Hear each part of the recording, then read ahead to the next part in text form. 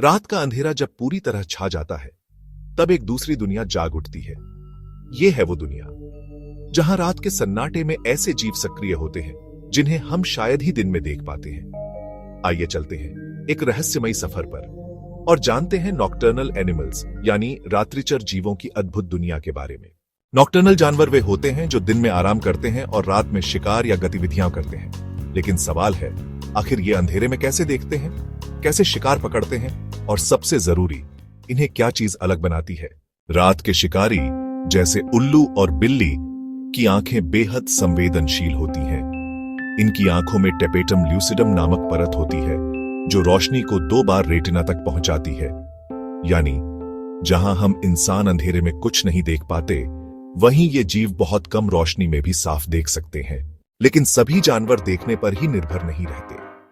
उल्लू जैसे पक्षी का कान इतना तेज होता है कि वो पूरी तरह अंधेरे में भी सिर्फ आवाज सुनकर शिकार की जगह का पता लगा सकता है। बिल्लियां भी बेहद हल्की सी आहट सुन सकती हैं और यही वजह है कि उनके शिकार को बच निकलने का मौका नहीं मिलता।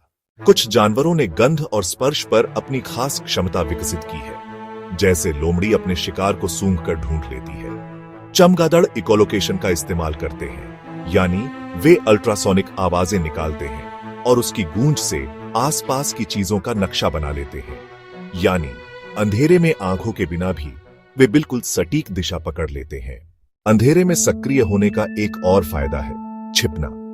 कई रात्रिचर जानवरों का रंग गहरा होता है, जिससे वे अंधेरे में आसानी से घुल मिल जाते हैं। यही उनका सबसे बड़ा हथियार है, शिकारी से छुपना और शिकार के करीब पहुंचना।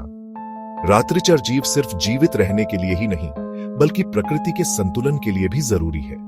उल्लू खेतों में चूहे खाकर फसलें बचाते हैं। चमगादड़ लाखों कीड़े मकोड़े खा जाते हैं, जिससे कीट नियंत्रण होता है।